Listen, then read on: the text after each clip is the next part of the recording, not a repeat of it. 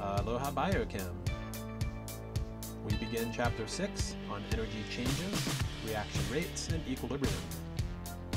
And this video covers energy and nutrition.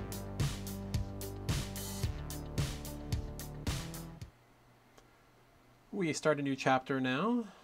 In the previous one, we dealt with chemical reactions, and we covered them in pretty good detail.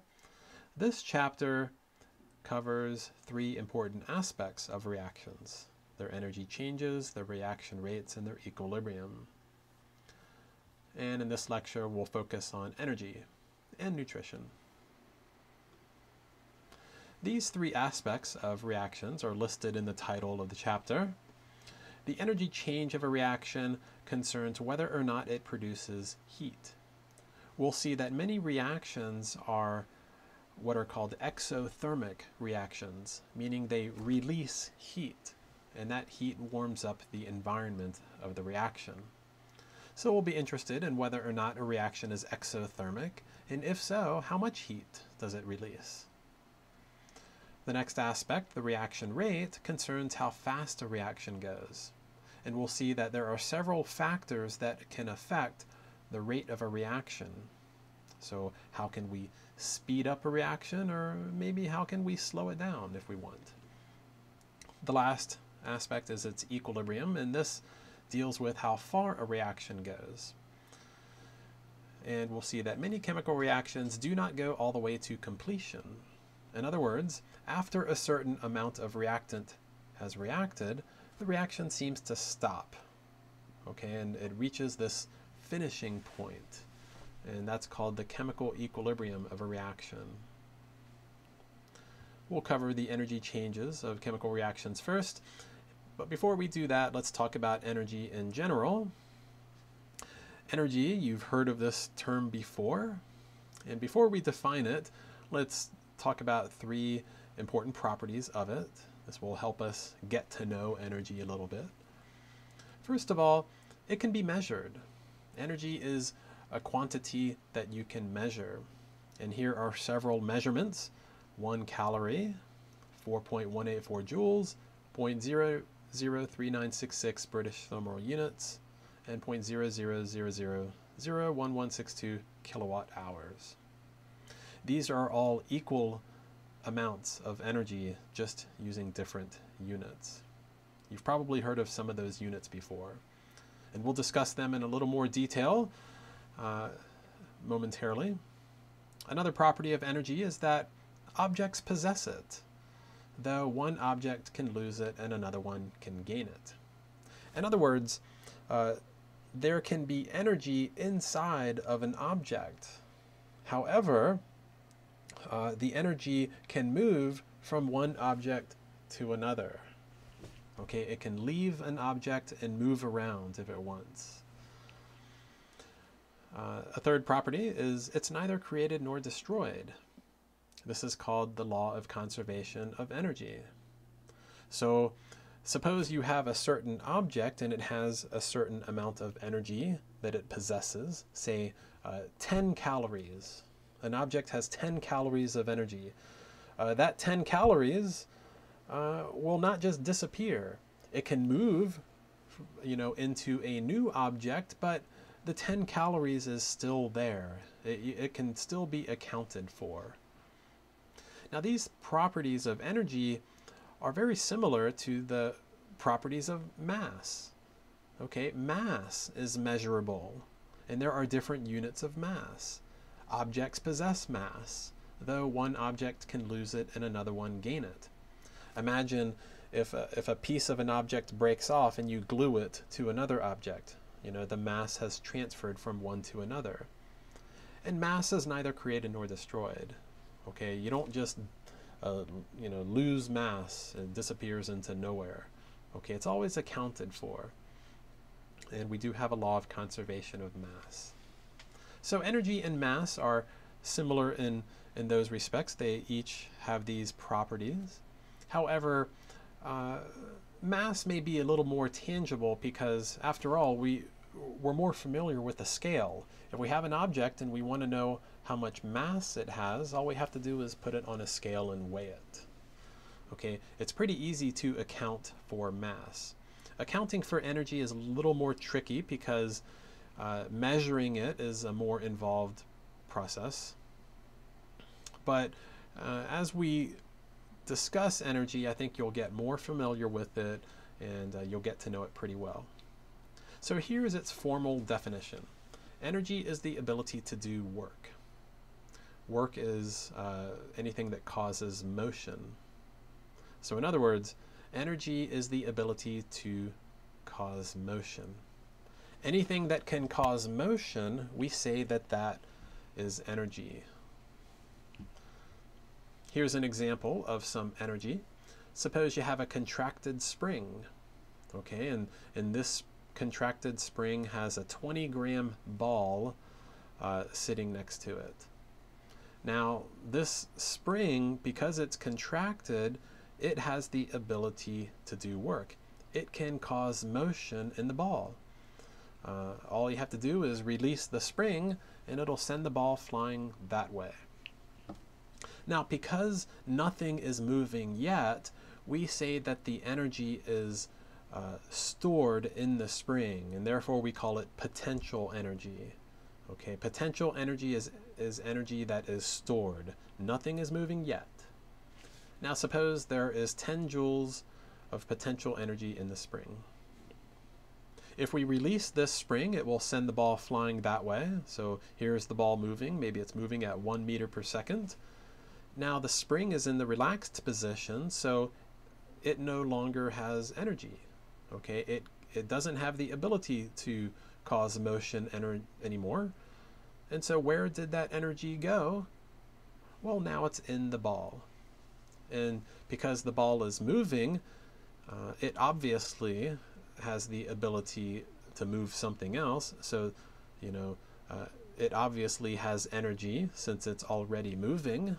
And the 10 joules of energy that were in the spring are now all contained in the ball. Okay, because the ball is already moving, we call this type of energy kinetic energy. Kinetic energy is energy of motion. And it obviously has energy because if you put anything in its path, it'll bump into it and move it. Now, if this ball were rolling along a floor,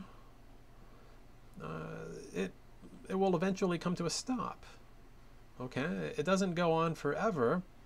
And once the ball comes to a stop, maybe right there, where did the energy go? Energy doesn't just disappear. So if the 10 joules transfers from the spring to the ball, and then the ball comes to a stop, where did those 10 joules go? After all, they're not in the ball anymore because it's not moving anymore. Okay? Well, if you guessed the floor, then you guessed right. The energy was transferred from the ball to the floor. Now, it's kind of hard to see that transfer take place, but if you were able to see the atoms and molecules in the floor, as the ball rolls over the floor, it's bumping into all of those atoms and molecules. It's kind of jostling them around a little bit, and it's causing little submicroscopic molecular motion in the particles of the floor. And it's just too hard to see. And so the ball, continually slows down, eventually it comes to a stop. Okay? And you can't see the particles moving in the floor, but if you could, you would see them moving a little more quickly than before. Okay, so the energy is still there. It's just now in the floor. Here's an example of a calculation involving energy. Lifting a 100 kilogram weight to a height of 1 meter costs 980 joules energy. Convert this to calories, capital C calories, and watt hours. Now, to convert this amount of energy into those 3 units, we need the help of the conversion relations. And to get from joules to calories, you can use this relation right here. 1 calorie is 4.184 joules. Now, the lower C calorie and the capital C calorie are actually different. The capital C calorie is what's called the nutritional calorie. And all this really is 1,000 small c calories. So the nutritional calorie is a kilocalorie. And then finally, to get from joules to watt hours, the conversion is 4.184 joules is 0.001162 watt hours. So we can do these calculations with the help of these relations. So to get from joules to calories, we use the first one. So using this one to build the conversion factor, you see the units canceling, and you have calories, and the numbers calculate to give 234.2. So we started with 2 sig figs, and so we'll round this one to 230 calories. Small c calorie. And to get from joules to nutritional calories, we can go from joules to calories, and then from calories to nutritional calories. So it'll be a two-step conversion. So first one gets us from joules to calories, then second one from calories to nutritional calories. You see the units here canceling, and you're left with nutritional calorie. And the numbers calculate to give you 0.2342. So it'll round to 0.23 nutritional calories. So this is decimal place has moved over there now because it takes 1,000 small calories to make a nutritional calorie. And finally, to get to watt hours, we can use the last relation. So this will be a one-step conversion. And to take 980 joules to watt hours, there you go. The units cancel. You're left with watt hours, and the calculation yields 0.27 watt hours. Now, in order to lift weights like this, you need energy. People need energy to do this. And the human body doesn't have an unlimited supply of energy. So where does this energy come from? Well, the answer is it comes from food. Okay? People are able to move, to lift objects because they continually consume food, and that food has energy. So you're taking energy from the outside and you're putting it in your body, and that lets your body, do things like this. Okay, the body uses quite a lot of energy, not just in lifting weights, but just to exist, just to breathe, for your heart to beat. Your body uses lots of energy, and we get this energy from food. So we'll spend the remainder of this lecture talking about energy and nutrition. The foods we eat are digested, and the substances metabolized into simpler molecules that in turn are used to prepare new molecules that cells need for growth and maintenance. So in other words, the foods that we eat,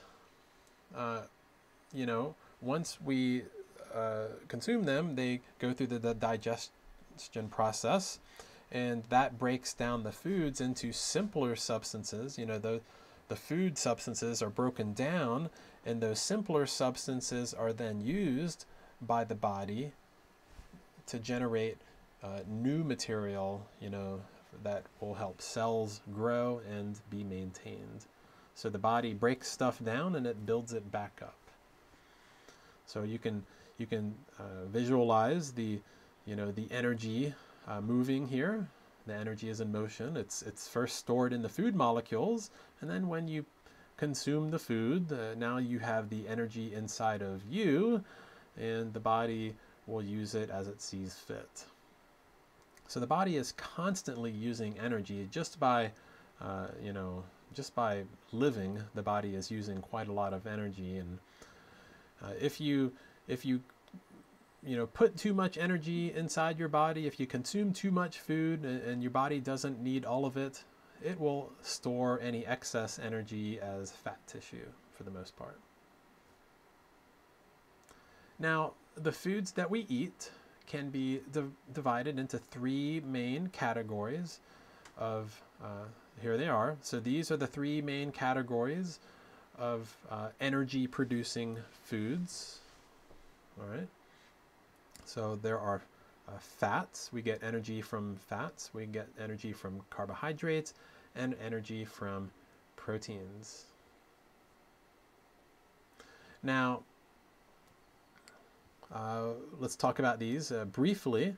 Fats, these are mostly hydrocarbon chains, hydrocarbon molecules. So lots of hydrogens and carbons, not much else inside of fats. And I'll show you a picture of a fat molecule right here.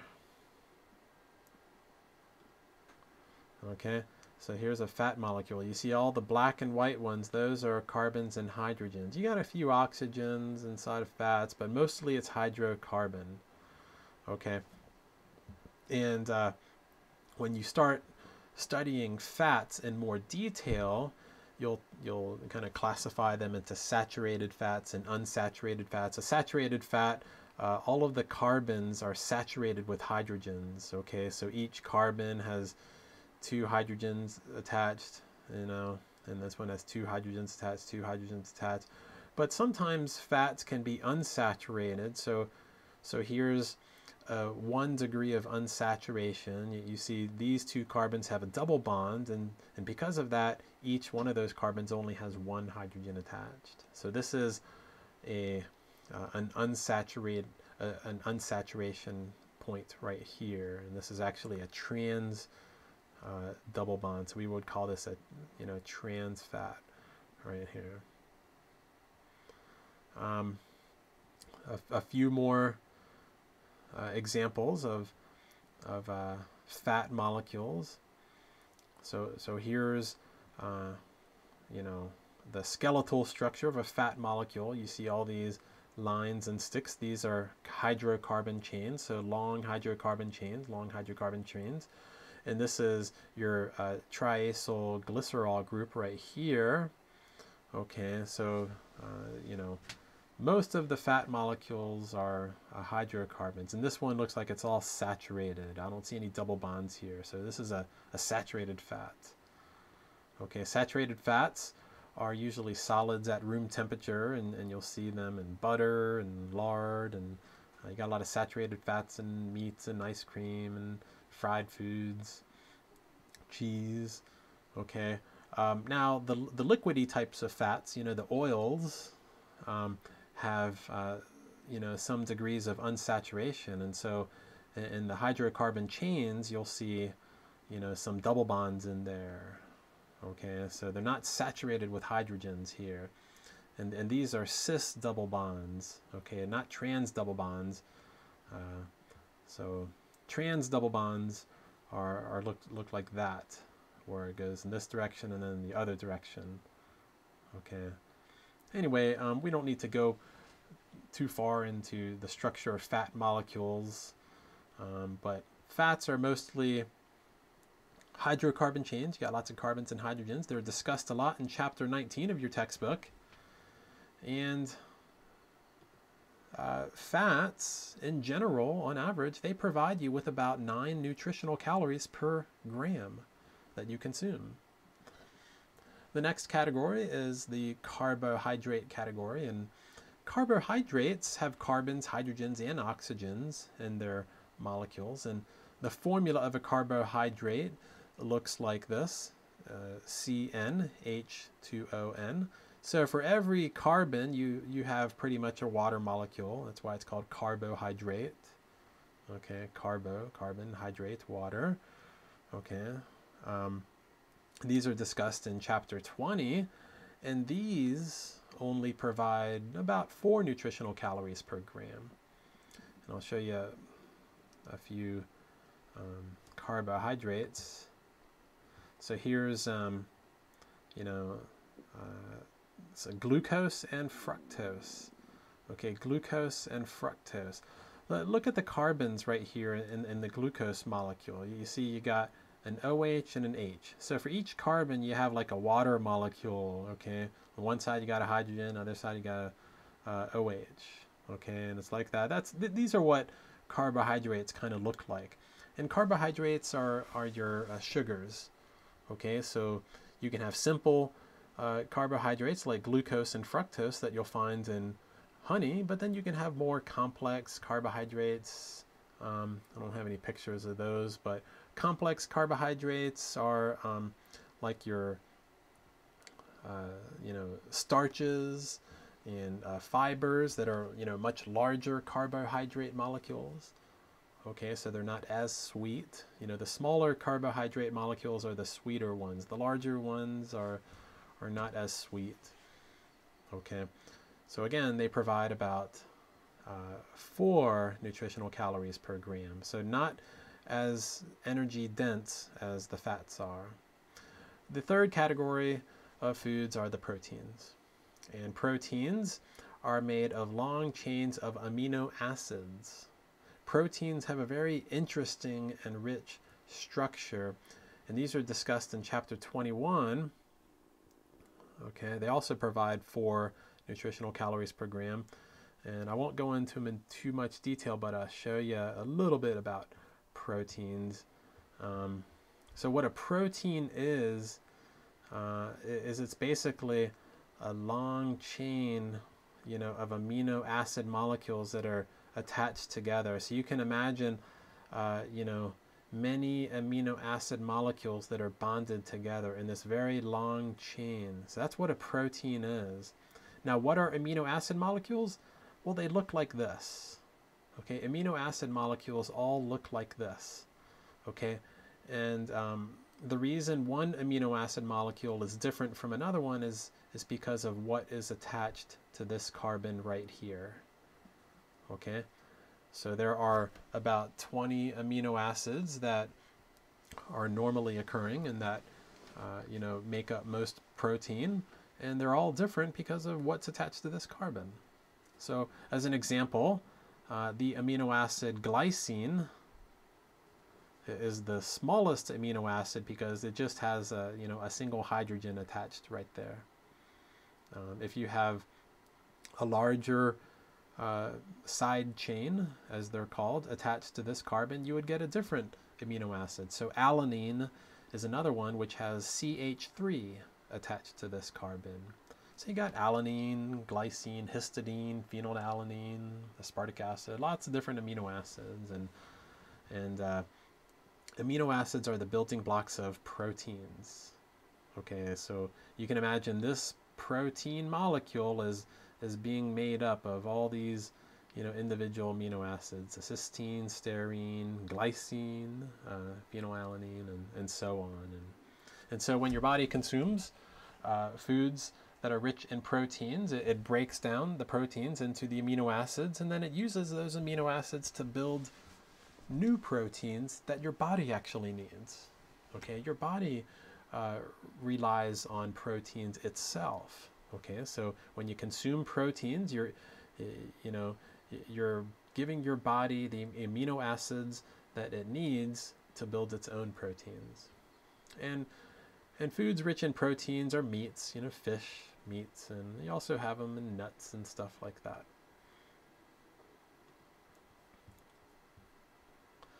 Now, the take-home message here is that you got 3 categories of foods. They each provide energy, and this is how much energy they provide.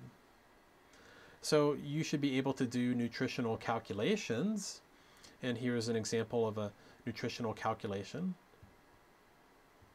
Okay, they're not hard to do. A cup of whole milk provides 8 grams of fat, 11 grams carbohydrates, and 8 grams of protein. Calculate the number of nutritional calories in the cup.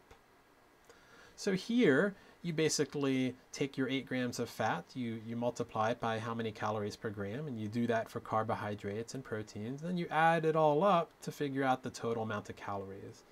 So remember, fat has 9 calories per gram, so 8 times 9 gives you 72 from the fat.